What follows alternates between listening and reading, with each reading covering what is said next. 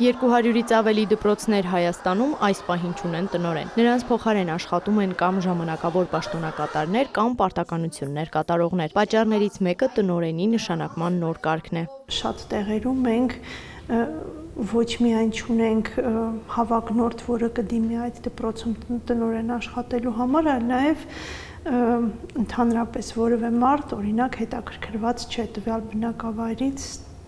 դպրոցի տնօրեն դառնալու հայտ ներկայացնելու։ Այն, որ կադրերի պակաս կա, փորձագետնել են գծում։ Եթե առաջ ավտորիտար կառավարում կար, հիմա դպրոցը, որը հասարակության փոքր մոդելն է, մեզ պետք են մասնակցային ժողովրդավարական կառավարման հմտություններ, այսինքն ինչքան հմտությունների պակաս կա, այնքան ավելի ավտորիտար են դառնում տնօրենները։ Այստեղից է կարիքն առաջացել տնօրենի գործուղման հնարավորություն ստեղծելու։ Եթե կա օրինակ մարդ, որը ունի անհրաժեշտ տվյալները, որը հետաքրքրված է դպրոցի տնօրեն աշխատելու մոտեցմամբ եւ ուզում է իր այդ կարողությունները այսպես ներդնել որևէ բնակավայրում, նման հնարավորություն ստեղծենք։ Հայաստանում կան հեռավոր գյուղեր, փոքր համայնքներ, որտեղ խնդիր կա իսկապես գտնելու մարդ, եւ այստեղ այս գործուղման կարգը կարող է իսկապես կիրառելի լինել։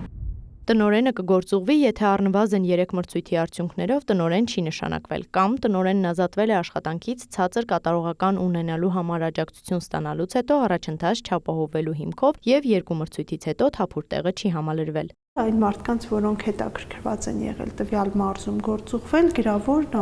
նամակ է ուղարկում առաջարկվելով գործուղվել։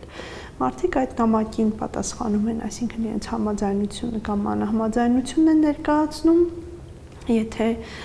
մեկ հոգի է համաձայնում, նա է դիտարկվում, եթե մի քանի հոգի են համաձայնում, արդեն նախարարությունը այլ գործոնների հիման վրա որոշում է, թե մարդկանցից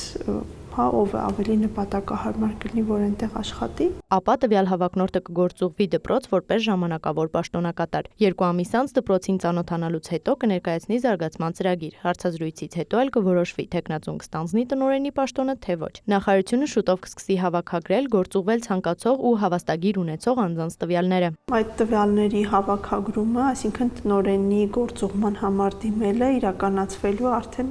դպրոցների համար